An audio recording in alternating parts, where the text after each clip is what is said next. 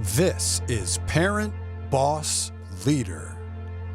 Parent, boss, leader.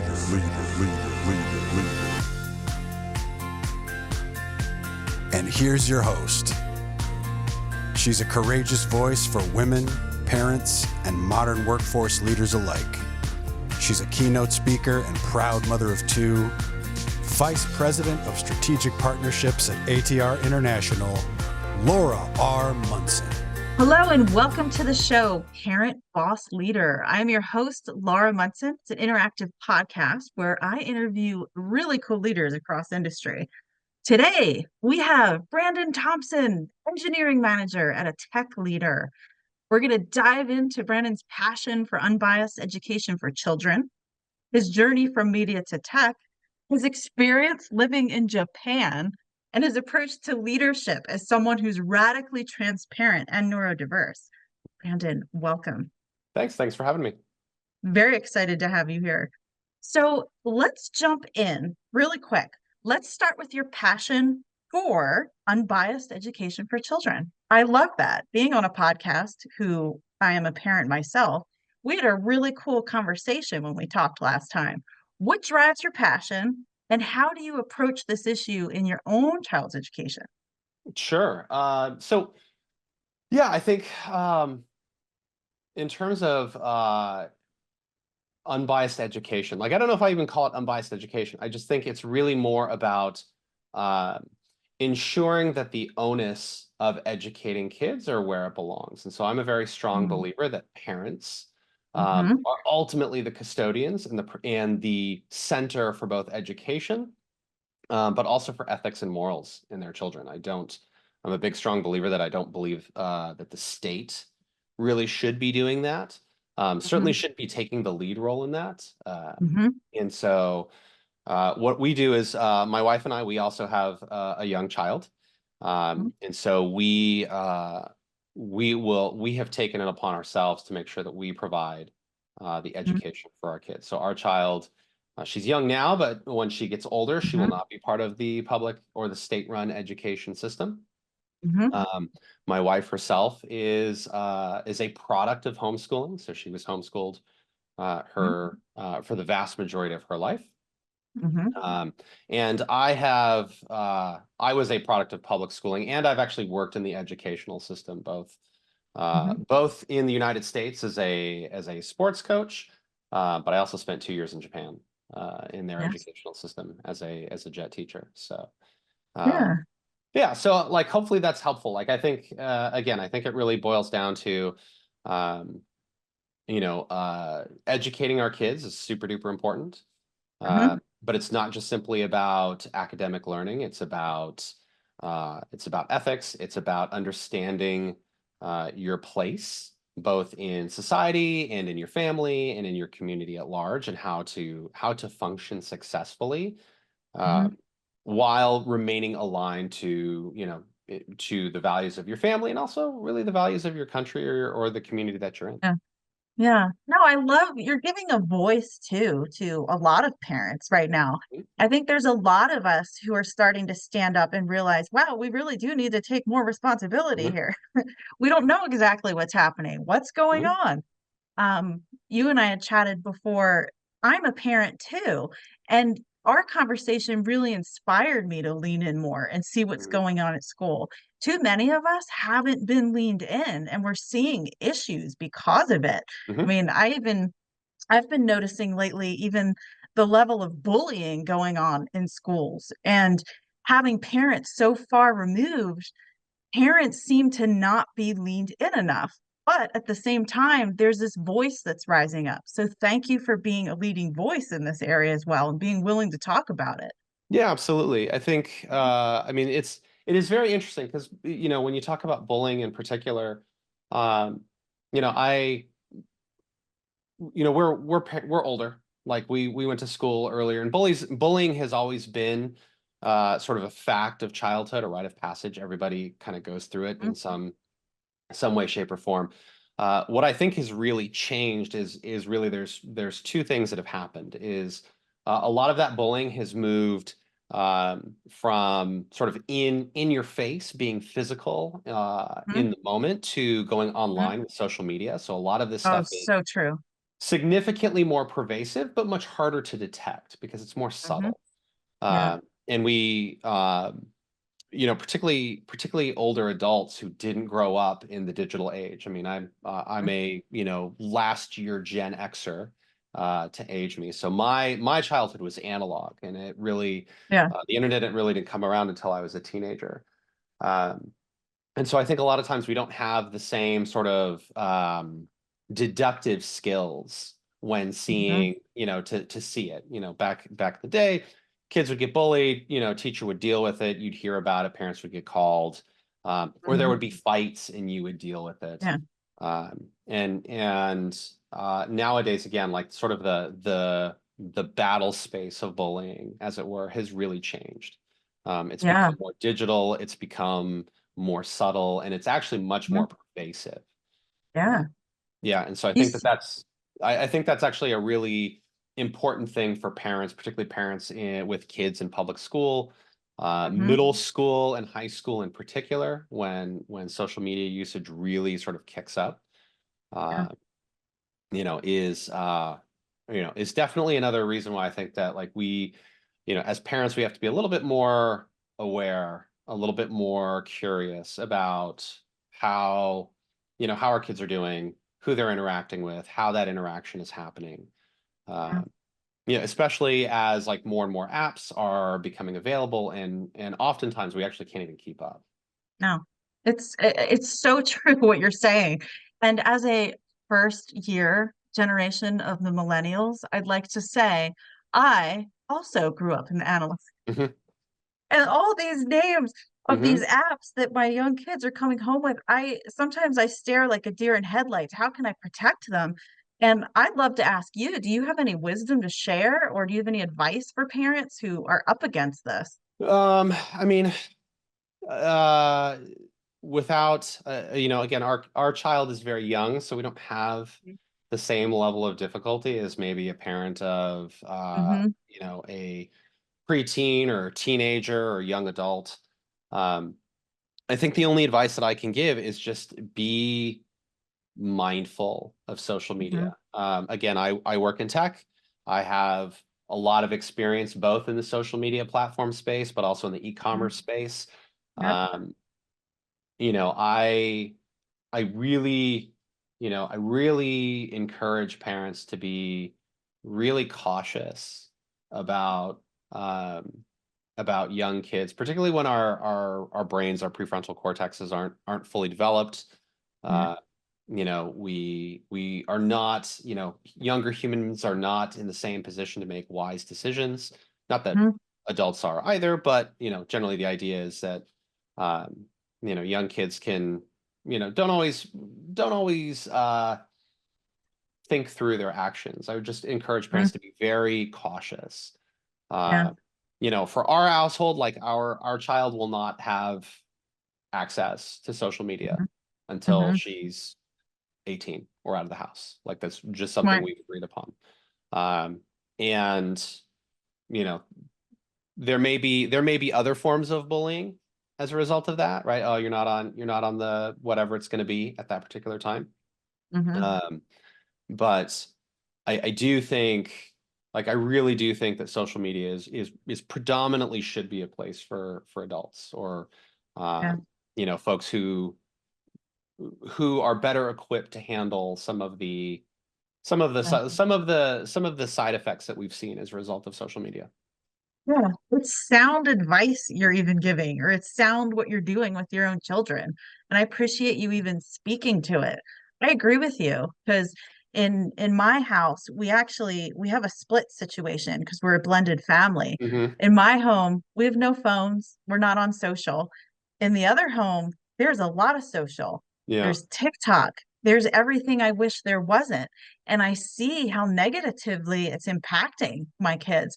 So I do appreciate your advice and your thoughts. And I think it's important to sum up everything you said is be vigilant, lean Mm. in as a parent, be mindful. We can't put our heads in the sand or else we destroy our kids if we don't know Mhm. what's going on. So Let's pivot a bit to your career. Really Mhm. cool background, Branden. I can't wait for people to hear it. So your career transitioned significantly after you're working in Hollywood. Can you share this experience, how it influenced your career direction, and what led to your current role at a tech giant? Yeah, sure. So this started out when I was when I was getting out of high school and looking at what I was going to do in college. Um, I had actually done a couple of pivots beforehand. At first, I thought I was going to get into international business, um, and then really thought about like where could I go where sort of my like passion for creating things, Hmm. both technical and creative, could flourish. And um, I had been doing software engineering since high school, since like 1994. And so when I graduated in 98, I actually started my own business to do web development and video production for small and medium-sized Yeah. companies. And I used that to pay for school. And uh, um, so as I started pursuing that degree, was getting more involved in video projects. Actually had an opportunity to talk to some people from Hollywood, from the industry, including some folks who were like executive assistants or like really connected to some very A-list Hollywood names that if I were to say Mhm. them, you would recognize them. Yeah. And I was actually helping out on this project for this individual who basically sunk like $5 million of his own money to do this independent movie. Was Mm. hoping to get it to a theatrical release, and it ended up being sold to Showtime. And as I was asking, hey, what does it take to be successful in this industry? How does that work? How can I get in? And I had a pretty pivotal conversation with this person. And this person said to me, is like, well, you can definitely be successful. You have the talent, you have the drive. The one piece of advice that I can give you is that you can never say no. Hmm. No is a privilege reserved for those who've made it. Hmm. And so, rattled off a couple of names, like this person can say no, and this person can say no. Hmm. But when you get started, you can't say no. And I'll give you an example. Example Yeah. would be it's Christmas Eve, you're with your family, you get a call. You get a call from a director or producer, and they say, "Hey, we've upped our shooting schedule. We need people to be on hand for whatever it is your role is in that production. I need you here Christmas morning, 5 a.m. Oh, Will you make it?" Uh, and in that example, the answer is again, yeah. unless you're a AAA Hollywood movie star, most of the time the answer is you can say you. I mean, you can't Yeah. say no, but you'll only say no once. Yeah. And after that, you'll be You're done. you're pretty much blacklisted. Yeah. You're done. And Yep. so that was that, and there were a couple other examples that were given. And God, I had to have been 20, 21, maybe 20, maybe 22. Uh, and I sort of realized that this was not going to be a place where my values were compatible. Hmm. And so it was at that point where I uh, was uh, sort of came to the conclusion, it's like, well, I'm already running my own business. I'm doing the software engineering. It's paying the bills. I can do video production for these companies. Like, how about just lean into that? And so I still finished my degree. My degree is in something called arts and tech. So it's a blended degree of computer science and digital film production. And from there, I pretty much transitioned right into still running my business, but getting into agency work. I eventually ended up working for Sony Electronics, spent quite a few years there, and I got to travel the world in a UI architect, solutions architect, global strategist role until I moved on to different areas of employment, including Hmm. the large tech company that I'm at right now. Yeah.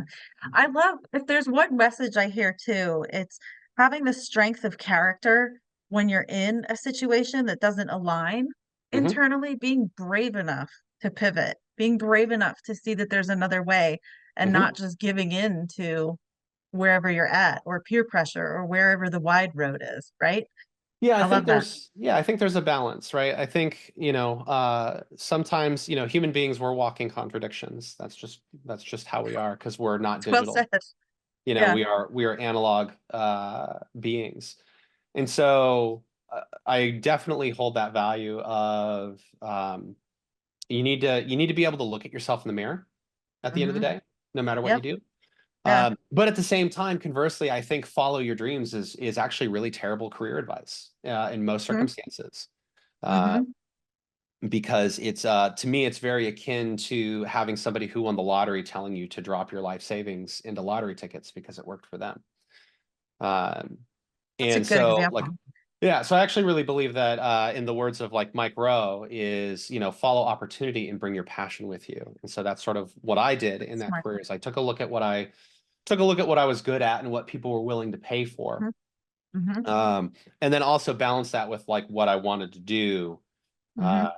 and quote unquote, my dreams. And so that's, Yeah. since we're talking about that, that's sort of how I arrived at it, is I took a look at um, where was the opportunity where my skills and passions would align, and it happened to Yeah. fit well.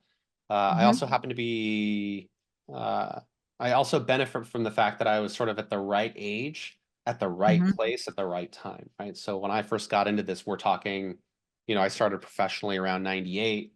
So Yeah. we're right at the first dot-com boom. So I just happened to get in Yeah. right at the right time. Good And so that time. was really, really fortuitous for me. Yeah. Makes sense. In the vein of good advice, and to our younger listeners, Mhm. something that you and I talked about before is graduating school without loans. Really, Mm. that's a remarkable achievement. So, wanted to see what advice do you have for others to achieve this? Okay. So we'll get into some more of my more strongly opinioned positions. I love it. Uh, for unless you have a full ride, unless somebody is Mm-hmm. paying you to go to school for like a sports scholarship or a STEM, Mm-hmm. if the ride isn't paid for, my first piece of advice is spend your first 2 years in community college. Uh, it's cheaper, significantly cheaper. It's all general ed stuff anyway. Mm-hmm. Chances are, most people change their major at least once. On average, it's twice. So it's better to just knock that stuff out with significantly less cost than to spend anywhere from 4 to 10x the amount for the same class for 2 years. Mm-hmm. I think it's silly. Yeah. I'm also a big believer of unless you are going to school for a licensed degree like STEM, or you're going to be a doctor or a lawyer or something like, Mm-hmm. an engineer. Mm-hmm. Mm-hmm. Um, I actually, again, like community college is going to help you suss out like what you're good at and what you want to Mm-hmm. do. Yeah. Um, and chances are, like for many people, you're going to actually be better served by doing an apprenticeship Yeah. professionally. Yeah. Um, I think one of the things that we grew up hearing very often, which is quickly proving to be less and less true over time, is that you have to have a college degree in order to be successful. Mm-hmm. Uh, Again, that is still very true for licensed uh, Mm-hmm. professions, hard, like what I'll call hard science professions. Uh, but I think really a college degree now simply becomes a proxy for you are able to stick to something for a period of time and you can show that you can learn.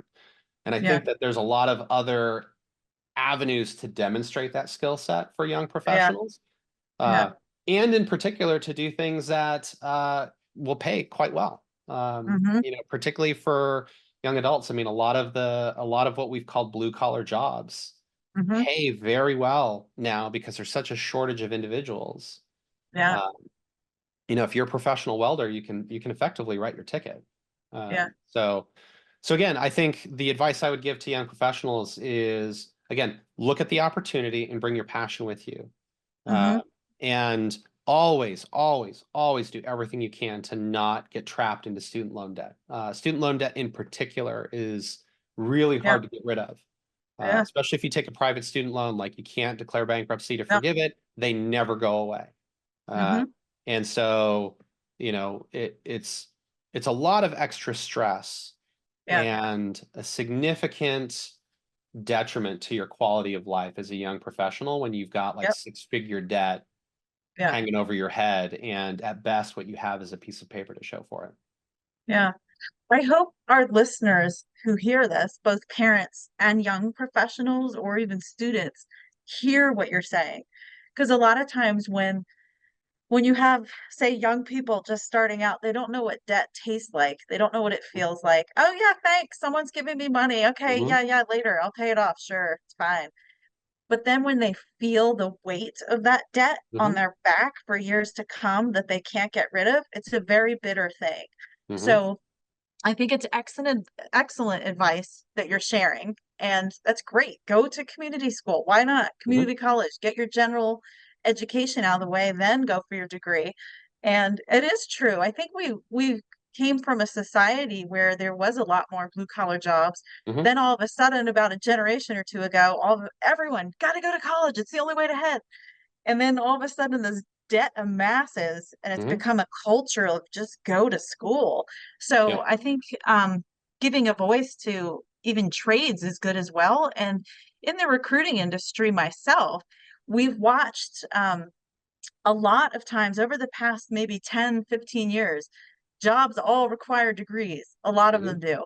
There's starting to be a shift where there's an ease up on that because Mm-hmm. I do think certain companies are starting to see the value of Mm-hmm. other external experience.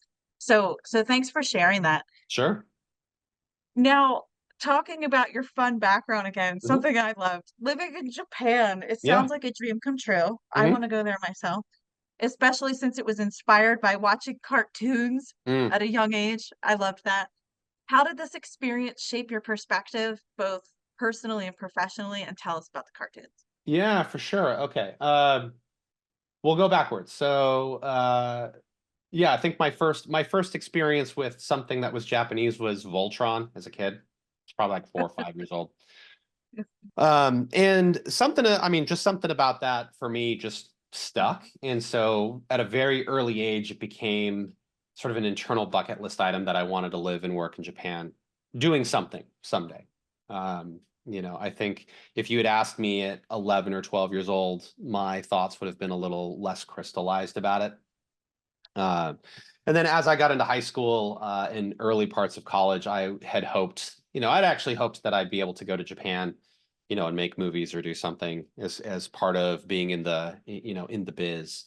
And that just didn't quite pan out. So what I ended up doing is I actually went through something called the JET program, which is the Japan Exchange and Teaching Program.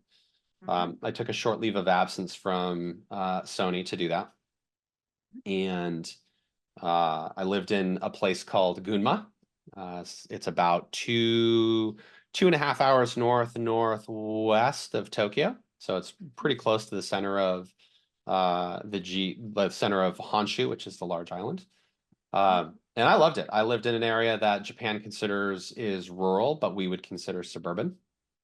Right at the base of a mountain range, close to a mountain called Mount Akagi. Hmm. And yeah, I lived there for 2 years. I was an assistant language teacher for my time. Unofficially, I still did consulting for my business, so I still had clients in the U.S. and I also did a little bit of consulting for Sony as part of at the time it was the Image Station division, so that was sort of like their Shutterfly. Mhm. And yeah, it was great. In terms of like how it changed me is like one of the easiest ways to see like how good or how bad you have it in your country of origin is to travel abroad. It's good. And Yeah. so, I think it would do a lot of Americans who were born and grew up exclusively in the United States to travel abroad and Hmm. see how real the world is. And Yeah. we talk about a lot of societal problems in the United States. Hmm. And you know going abroad really helped me sort of reframe or rebalance some of those perspectives. Like there were certain things in Japan that I really, really appreciated. I thought that they did significantly better than the United States. Mhm. You know, in particular, sort of like one of the things that sort of bridging the gap between our previous conversation and this one, sort of the loss of the trades in the United States. Mhm. I think one of the things that happened in the United States that led to that was sort of the devaluation of non-lofty positions, right? So in the United States, it used to be like there was a lot of value given to individuals in their profession if they stuck to their profession. Mhm. So if you were a janitor for 40 years, you had a level of respect because of your dedication to that profession and your ability to stick with it. And we've lost a lot of that, right? If you're not a Yeah. doctor, if you're not on your way to becoming a doctor or a lawyer or some Mhm. other, whatever the cool, sexy job or profession is, then you're a loser, right? Like we hear this Mhm. all the time. What are you doing Yeah. with your life? Oh, you're flipping burgers or whatever. And there's all sorts Yeah. of negative connotation to these Yeah. things. Um, and in Japan, that's like it's a little bit of that old American value that still is there, Oh, right? I Like, love that. yeah, like when people would ask me about what it was like this weird mix of like 1950s America Uh-huh. and juxtaposing that with, East Asian culture and also Japan's very sort of like neo-futuristic Yeah. feel in certain markets and certain segments. Mhm. So where I lived, it felt very much like, 1950s America. Like every morning, police officers would come out onto the streets and they would serve as like cross guard Wow. monitors for kids. And so they would do Wow. the crossing and little kids with their backpacks and their uniforms and stuff Yeah. too. And so it would feel like you'd almost feel like you were in like Japanese Leave It to Beaver. Mhm. It was very, very some certain things were very, very wholesome. Mhm. Uh, but then there are other things where, we talk about problems in the United States Mhm. and how bad it is here or how horrible it is here. And there are certain things in many other countries, Japan in particular, where that problem is really worse. Like it's actually really like there are some things that are bad. Mhm. Yeah. Um, and like there's a few just for the sake of like keeping the podcast, relatively non-controversial. Like Yeah. there's a couple of issues that are pretty much on the tip of everybody's tongue in the United States today. And I would Yeah. say that they are actually even more of a conversation piece today than they were, say, in the like mid 90s. Yeah. What we have here is not what it actually is. When I lived in Japan, like I actually got to experience and feel some of those things being like that we're talking about here. And I Mhm. do apologize for being kind of somewhat circumspect around it. But I Uh, totally understand in today's climate. yeah. Yeah. So, but like like there's like just like there are parts of Japan where like it's very clear, like this part is for Japanese only. And they'll have signs Oh, that'll say like for Japanese only. They are very, wow. and again, they're private businesses, so they can do what they want, but it's like very, like not really batting an eye at that. Yeah. It's just Um, norm. yeah, or and again, like so I think if you don't travel, like if you don't have the opportunity to travel internationally, you lose a little bit of this, and it's unfortunate. So if you can, you should try. If you Yeah. can, obviously, everyone's life circumstances are different, and there's no harm, no effect. Like if you can't do it, you can't do it. Yeah. But for me in particular, living abroad and then also being able to travel abroad for Sony, Mhm. like I traveled to Turkey, I traveled to London, I've traveled to Monterrey, Mexico, traveled to I've traveled to India and to China. I've traveled a lot of places. Like my professional life has given me a really good affordance there. I'm actually quite blessed in that area. Wow. But being able to see those different cultures, being able to see those different issues, Mm. um, like it really can help ground like what you think is bad and what you think is great. And it tends Yeah. to sort of balance that out a little bit. Like things that we thought were Yeah. like that we're so super awesome at, well, Yeah. maybe there's actually a different perspective that's pretty valuable. But at the same time, like all of these things that we're just like we've convinced ourselves we are the leading malefactors in these areas. It actually turns out that Maybe we're maybe that's not. actually not the case. Yeah, maybe that's not the Yeah. case. Yeah. No, I think it is such a good point you bring up, stepping outside of the US, because sometimes we have so much going around, different sides. The Mhm, media is force feeding us issues that maybe are there, aren't there, or now it is there. And then when you step outside of the US, it really broadens your perspective. mhm, And just to relate to you a bit, I lived in Spain myself, and I loved that feeling of the US of what I would have pictured it to be in the 1950s. mhm, Everyone took pride in how they dressed. They'd walk along the streets in their suits. Blue collar positions were highly esteemed. mhm, And I was also shocked that in newspapers, the US wasn't always applauded. It was a mhm, neutral stance on what was happening. And I mhm, remember reading the news about the US, and it's flavored completely different in the country. mhm, So mhm. it's great points you bring up. Now let's talk about you as a leader. You Sure. share that your approach, your style is radically transparent. Mhm. Love that. Can you explain the approach and why you believe trustworthiness is more important than empathy in leadership? Yeah, for sure. Okay. So, yeah, so this is again maybe more controversial opinion, especially in today's business climate.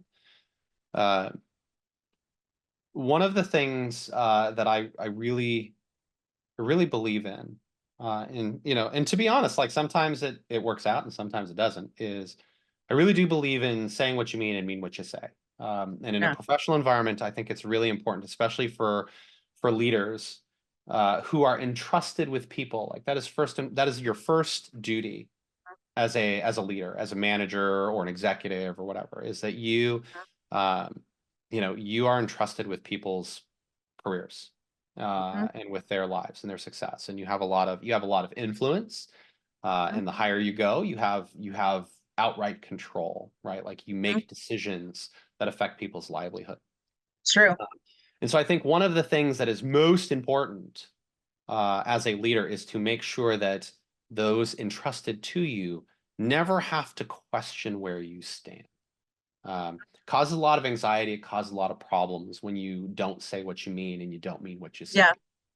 And so why do I think that's more important than empathy? Well, I think empathy without trustworthiness is sociopathy at best.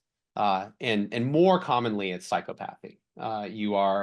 Um, you are able to understand how people feel because you have empathy, but you don't use that in good ways because you are not trustworthy. And so, to me personally, I think being trustworthy, Mhm. being reliable, and mostly reliable is not reliable. Like you need to be Yeah. reliable. Yeah. And what I mean by that is that like you need to be reliable in that when you give feedback, A, the feedback is real, Mhm.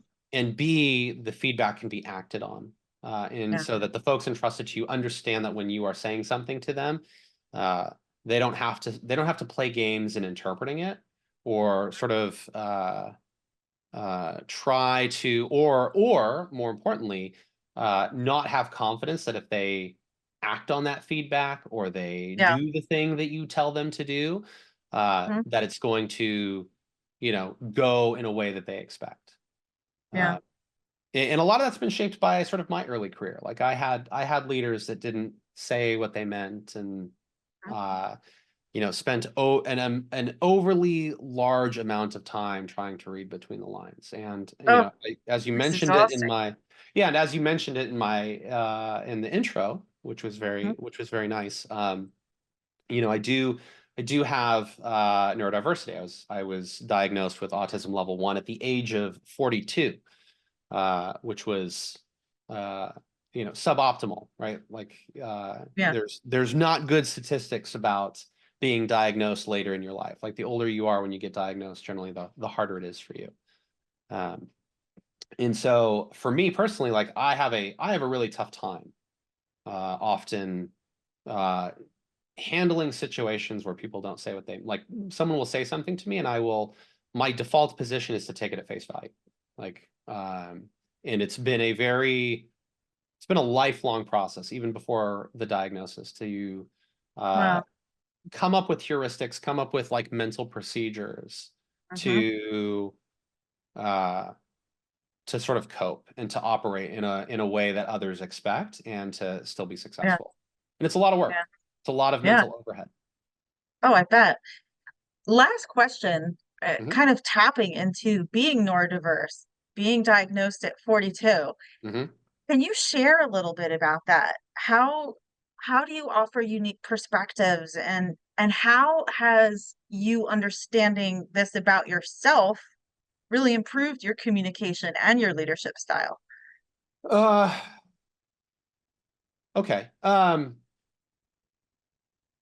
Yeah, let's work backwards again. How has it improved my communication and leadership style? I think probably first and foremost, what it has done for others, I think, is it helps others set context, frankly. A lot of my communication style hasn't really changed. I'm just like, it just comes with a like, hey, by the way, like, this might be me being overly autistic, but, and I'll say Mhm. something. And I think Mhm. that gives other folks a like, oh yeah, okay, cool. Like, he's not a jerk. He Mhm. just is super direct. And it helps, from what the feedback that I have gotten, is that has helped others sort of Mhm. get to that destination point a little bit faster. Where Mm. they get over the like, oh wow, he's really intense. He's like, he Mhm. seems like he's attacking me, or he seems like he's doing whatever it is. Mhm. It's like, oh, Mhm. actually, no, he's just very transparent. The Mhm. feedback that he's giving or the questions that he's asking are actually designed to help me be successful. Now Mhm. I get it. Yeah. So that's one part. The part for me that is a bit more work is that now that I understand this, like, it's uh you can think of it as well. The way that I think about it is that there are um is it helps me sort of recognize, like, oh, actually, this is a me thing. This isn't a them thing. This is a me thing. That makes sense. Wow. Where pre-diagnosis and when I was younger, particularly in my 20s, I would say things like, like why is everybody stupid? And not that I was insulting their intelligence, it was more of like, why can't you just Just say what you mean. why can't you just be clear? Like, it's not that hard. Um, Mhm. and with the diagnosis, like, okay, actually, this is a me thing. This isn't a them thing. This is a me thing. This is my brain works a little bit differently. I don't have the same sort of filter. Like, specialists will call this sort of the brain to Mhm. mouth hardwire Mhm. for neurodiverse individuals, is that we Yeah. when left to our baseline, we will just, if we think it, we say it. Uh, Mhm. and again, like, that can be a blessing. Mhm. It makes it very, very easy for folks to feel my authenticity. Mhm. But at the same time, like, for folks that aren't used to it, for a lot of folks that are used to sort of social decorum, or hey, there's just things that you don't say, or there's just things that you don't Yeah. do, like, it can cause challenges. Yeah. And so hopefully that answers the question. I kind of meandered there a little bit, but like, it helps other folks sort of arrive at like, okay, like, the intentions are good. And Yeah. now that I see it, and now that I understand that, like, oh, okay, trustworthiness goes way up. Yeah. Uh, but then again, for me, it's been a like, oh, okay, actually, the problem Mhm. is mine. Like, I need to do Mhm. something because it's actually kind of unreasonable to demand that the Yeah. rest of the world accommodate me. Like, it's actually uh like, those kinds of positions, without making too broad of a social commentary, like, Mhm. those kinds of positions are actually quite narcissistic, where it's like, oh, okay, like, you are going to, like, the entire world needs to be reordered because of my desires, or my mental workings, or my feelings. Yeah. Like, it's Yeah. actually not constructive, for anybody else or for me, because then it would just mean that I would be upset all the time. Yeah. And plus it inhibits relationship. Mhm. I appreciate your I think it shows a lot of courage and honesty with yourself, even being tested to see who am I? What makes me? And Well, you can also credit the my wife for humility of that one. That's speaking. actually not me. That was Oh, that okay. was that was my wife who was like, "Hey, I think you have this thing. Mhm. Like you should, you should talk to somebody about it." And in all honesty, like the formal diagnosis wasn't sort of revealed to me by Mhm. like my professional, Mhm. really until after the birth of our first kid, because that sort of strained my ability to Yeah. cope and operate well. Yeah. Yeah. Because stakes go up when kids are Yeah. born. Yes. I often tell folks that children don't strengthen marriages, they test them. Oh So gosh. there's the And other that's there's the true. other unspoken piece of advice for young folks. Like if you're in a relationship and you're married or whatever, and you think having a kid is going to fix your problems, it is only going to make them worse because it will magnify everything.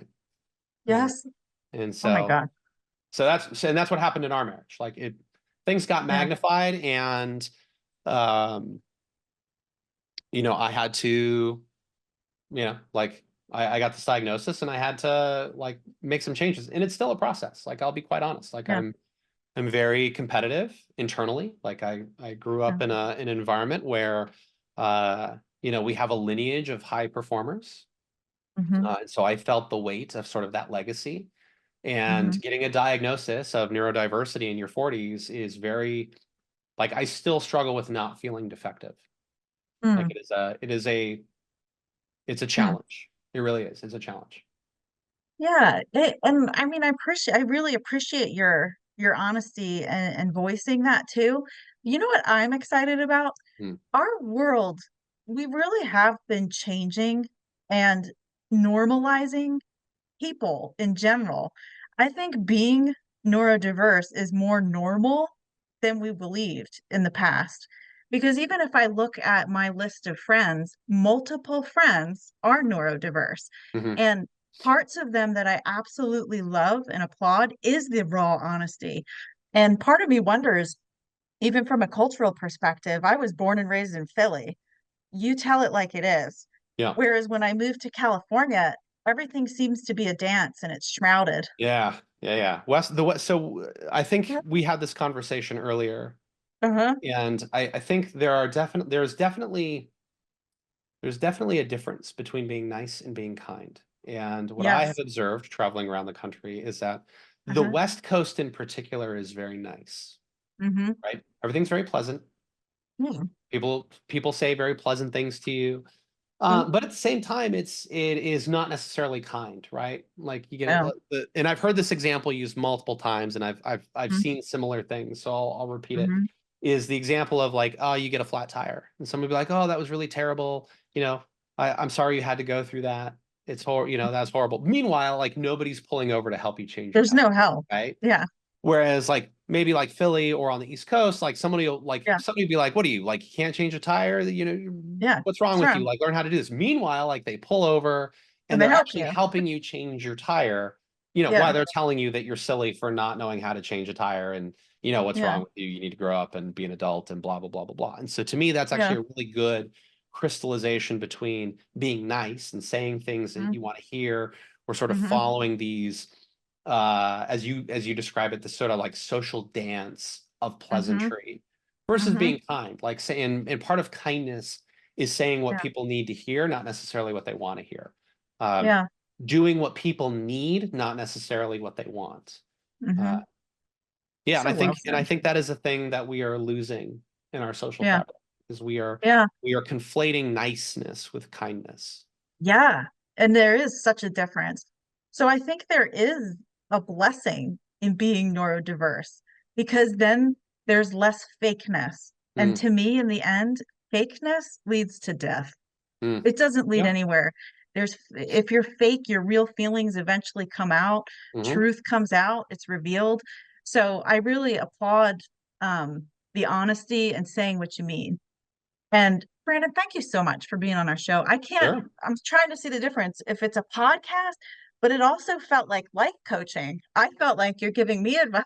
So I'm sure our listeners hearing this really found a lot of nuggets in what you've Well, said. well, I hope so. I mean, the only disclaimer I would Mhm. give is that I'm like, just like anybody else, I'm not perfect. Mhm. You know, I have my own challenges, clearly. Yep. There are things I go through. And so, Mhm. you know, again, as analog beings, we're not computers. We're not just simply, Mhm. you know, walking machines. Like, um, knowing a thing and doing a thing, sometimes like there's an interesting challenge bridging those two things.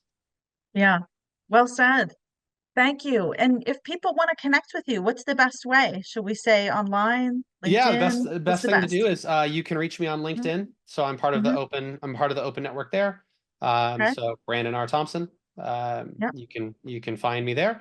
And I'm certainly happy to chat with anyone who wants to chat. Perfect. Well, thank you for coming today, Branden. It was good to have you. And Yeah, for our thank you for having me. listeners, yes, Brandon's amazing. Thank you for listening today. Please like and subscribe, share comments, give us feedback, even share other opinions, what you think about our podcast. Happy to hear from you. And we will catch you next time.